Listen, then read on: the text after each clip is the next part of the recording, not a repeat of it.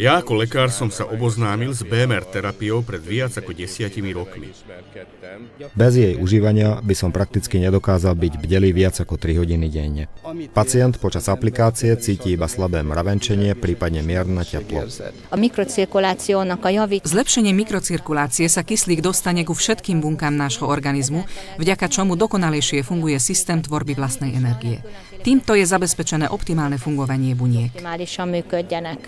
BMR predpíšem ako bazálnu terapiu, jeho aplikáciu vykonávajú terapeuti.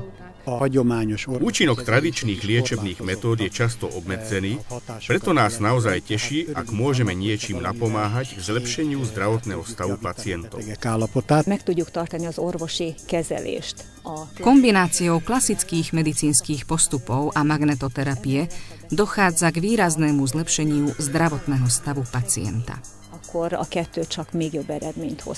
BMR je na svete od roku 1998. Na území Maďarska je známy od roku 2001. Je to vlastne terapia zakladajúca sa na nemeckom vynáleze. Takéto názory zastávajú odborníci, pacienti a lekári o bioelektromagnetickej regulácie energie jednoduchším názvom BMR.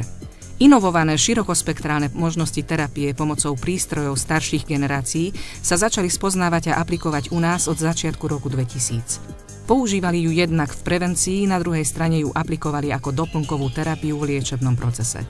Teraz vám budú poskytnuté informácie o oblasti použitia, účinkoch a výsledkoch bioelektromagnetickej regulácie energie.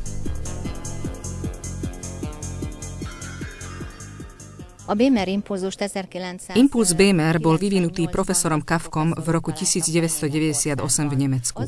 Odvtedy tento impuls rozvíjal pán profesor Klopp, riaditeľ Berlínskeho inštitútu pre mikrocirkuláciu. Do prístrojov bol od roku 2007 zabudovaný impuls BMR Signal Plus, od roku 2010 jeho inovovaná efektívnejšia verzia. BMR bol vyvinutý z klasickej magnetoterapie, ale na dnešnú dobu si vydobil svoje miesto medzi samostatnými liečebnými metódami. Prístroj má terapeutické jednotky, tzv. Aplikačné moduly. Existuje aplikačný modul na celotelovú liečbu, je to matracový aplikátor a rôzne aplikačné moduly pre miestnu a bodovú liečbu. V aplikačných moduloch sú umiestnené cievky. Tieto cievky sú napojené cez káblové vedenie na elektronickú riadiacu jednotku, ktorá je mozgom celého systému. Riadiaca jednotka generuje špeciálny elektronický impuls, ktorý sa dostane do cievok a vytvára špeciálne elektromagnetické pole BMR. Sila magnetického pola Zeme je od 30 do 60 mikrotesla. Tesla je jednotka merania magnetickej indukcie. BMR pracuje v rozmedzí magnetického pola Zeme. Preto nemá žiadne kontraindikácie ani vedľajšie účinky. Nedá sa ním predávkovať, nie je možné si uškodiť alebo vyvolať škodlivý účinok.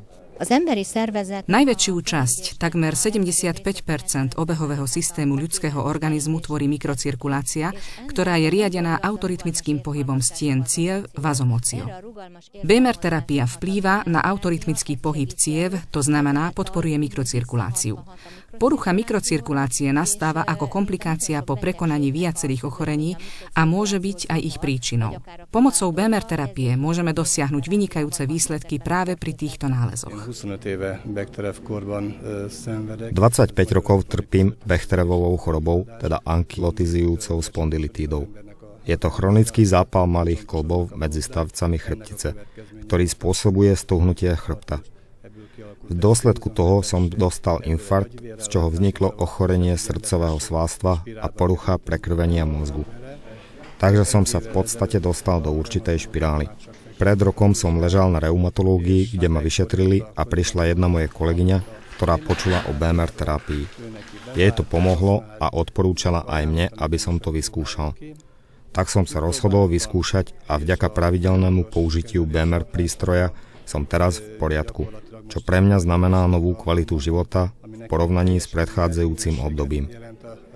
Doslova som sa zalúbil do BMR-u a začal som sa aktívne venovať tejto terapii ako BMR odborný poradca. BMR szaktanácsadóként elkezdtem ezzel aktívan foglalkozni. BMR sa používa pri rôznych nálezoch, môže sa aplikovať samostatne alebo ako doplnková terapia v 80, dokonca až 90% známych ochorení. Vysvetľuje sa to tým, že vplýva na spoločnú základnú príčinu zdravotných problémov, a to je porucha mikrocirkulácie. Používa sa nielen na prevenciu a liečenie ochorení, ale vynikajúce pôsobí aj v prípade športovcov, veď efektívne napomáha pri rozcvičke svalstva pred intenzívnou záťažou a skracuje čas na rozcvičku. V dôsledku toho môže športovec vynaložiť viac energie na preteky a na dosiahnutie špičkového výkonu. Terapeutický systém používa hádzanársky a basketbalový tím, ale používa sa aj u Maďarského zväzu atletikov na rehabilitáciu športových poranení, ako aj na zvýšenie výkonu športovcov. Zvýšenie energie a zlepšenie výkonu je zreteľné nie len u športovcov, ale aj u chorých ľudí, preto má naozaj širokospektrálne použitie. Tulajdonképpen kongresszusokon hallottam róla, itt láttam a kiállításon. O BMRi som vlastne počula na lekárskom kongrese, respektíve som ho videla medzi vystavenými prístrojmi. Spoznajúc túto technológiu som začala rozmýšľať o tom, že ak existuje metóda, ktorá nelieči medikamentami, silnými chemikáliami zvnútra organizmu, ale dokáže pôsobiť zvonka, tak ju musím vyskúšať a aplikovať. Potom, keď mi to moje financie umožnili, zakúpila som prístroj a začala som aplikovať BMR terapiu. Najprv sme ho používali v súkromnom sektore, ale od roku 2009 ošetrujeme všetkých pacientov rehabilitačného oddelenia kliniky Missio vo Verešeťház. Moje dobré skúsenosti potvrdili aj ďalšie úspechy v oblasti detskej ortopédie. Na požiadanie mojej kolegyne som ponúkla prístroj BMR na denné použitie pre dieťa s nehojacou fraktúrou. Po 3-ročnej neúspešnej liečbe došlo po 3 týždňoch používania BMR terapie k zázračnému hojeniu kosti. Na viacerých prednáškach sa hovorilo o tom, že BMR podporuje cirkuláciu zlepšením mikrocirkulácie tak v krvných cievach, ako aj na rôznych častiach organizmu. V dôsledku toho sa urýchľuje hojenie rán, posilňuje imunitný systém, uvoľňujú sa blokované časti imunity, teda vlastne naštartuje liečivé procesy vo vnútri organizmu. To však neznamená, že by sme mohli vynechať akúkoľvek inú terapiu, ale môžeme znížiť dávkovanie. Csak esetleg csökkenteni lehet annak a dózisát. V oblasti reumatológie môžeme dosiahnuť vynikajúce výsledky pri rôznych nálezoch. Poskytuje nenahraditeľnú pomoc, či už ide o reumatizmus alebo opotrebovanie kĺbov.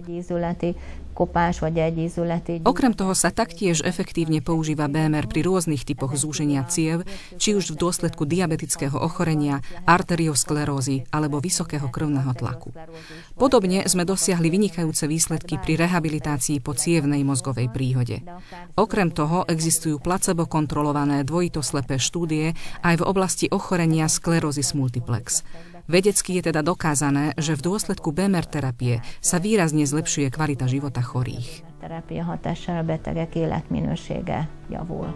Na začiatku sme chceli osloviť nielen chorých ľudí, ale snažili sme sa aj o to, aby táto terapia bola uznávaná aj v odborných kruhoch. Mysleli sme si, že smerom k verejnosti sa oplatí prezentovať túto terapiu, keď už budeme mať dôveryhodné odborné referencie. Ak sa pacient opýta lekára, že aký má názor na BMR terapiu a on ešte o tom nepočul, nebude ani odporúčať svojim pacientom. Preto sme považovali za svoju prioritnú úlohu získať podporu odborných kruhov a to sa nám aj podarilo. V dnešnej dobe dostávame pozvánky na lekárske kongresy, aby sme prednášali a predvádzali prístroje BMR. Na 20. jubilejnom sympóziu Maďarskej diabetologickej spoločnosti v Tihani bola bioelektromagnetická regulácia energie prezentovaná v rámci osobitného sympózia.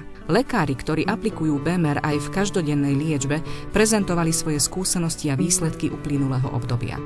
Odzneli 2 veľmi zaujímavé prednášky. Jedna prezentovala výsledky terapie pri použití len medikamentóznej liečby v porovnaní s kombinovanou terapiou.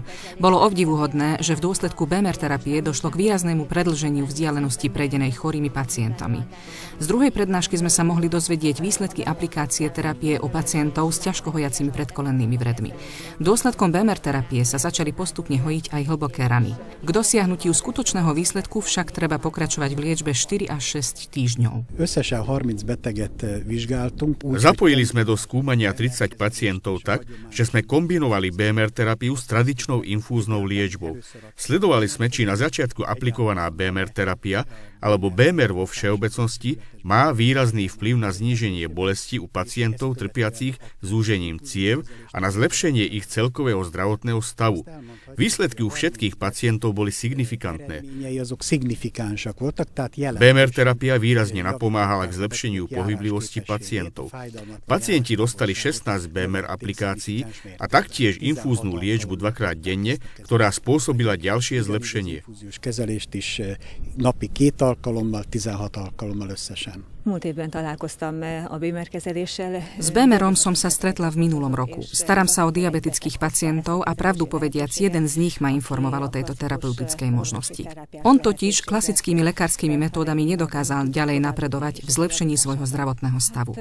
Teraz sme vyskúšali túto terapiu na 50-60 pacientoch. Mali sme jednoduchšie, ľahšie prípady, ale liečili sme touto metódou aj veľmi vážne vredové stavy. To, čo pacient prvýkrát pociťuje, je jeho subjektívny lepší pocit. Zlepšuje sa jeho zaťažiteľnosť, znižuje sa bolesť.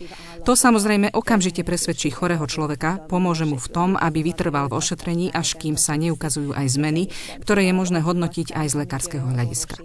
Veľmi rada aplikujem túto liečbu, lebo pri takých stavoch, kde klasickými lekárskymi metódami už neviem dosiahnuť výsledky, môže to byť užitočné. Je to užitočné svojim fyzikálnym účinkom, ale na druhej strane pomocou terapie sa môžeme dostať bližšie k pacientovi.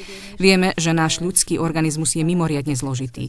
Čiže ak s pacientom dokážeme vytvárať pozitívny, srdečný vzťah, že dýchame a pracujeme spolu s ním pre jeho zdravie, to nám jednoznačne pomôže v dosiahnutí lepších výsledkov. Kialakítani, hogy együtt lüktetünk és dolgozunk az ő egészségéért, akkor az már csak előbbre visz. V našej nemocnici Pála Hejma sme zaviedli BMR terapiu na ortopedickom oddelení a s dobrým výsledkom ju aplikujeme u pacientov s chorobami pohybového aparátu, pri zmenách bedrového kĺbu, bolestiach v krížovej oblasti a pri iných ťažkostiach. U detí trpiacich nedostatkom kyslíka túto terapiu používame na uvoľnenie svalstva. Je to liečebná metóda bez vedľajších účinkov, neškodí, je absolútne spoľahlivá, v praxi sa nevyžaduje prítomnosť lekára, prístroj môže obsluhovať zdravotnícky personál, teda z rôznych hľadísk znamená pomoc v každodennej liečebnej činnosti. Mindenféle szempontból egy könnyebbség a mindennapi gyógyító munkában. Pred niekoľkými mesiacmi bola zavedená na svetovom trhu najnovšia generácia prístrojov BMR, k vyvinutiu ktorého došlo dlhou výskumnou a inovačnou činnosťou. Na prezentačnej konferencii v Budapešti pred lekármi a obchodnými partnermi prednášal výrobca z Lichtensteinska a vedúci výskumného tímu o biologických účinkoch a spôsobe použitia prístroja. Die Weiterentwicklung des BMRs zu verdanken Inovovaná verzia BMR, na vyvinutí ktorej pracoval a pracuje aj naďalej Berlínsky inštitút pre mikrocirkuláciu pod vedením doktora Kloppa, stanovil pomocou intravitálnych skúmaní rytmus prúdenia krvi a zákonitosti receptorov. Cievy pracujú ako malé čerpadlá. Mikrocirkulácia je prirodzený systém a má svoj optimálny stav, ako napríklad krvný tlak, ktorý je optimálny 120/80, alebo teplota nášho tela, ktorá je 36,8 stupňov. V prípade zdravých ľudí chceme s BMR terapiou dosiahnuť, aby mikrocirkulácia bola optimálna. V prípade chorých ľudí sa snažíme priblížiť tomuto stavu.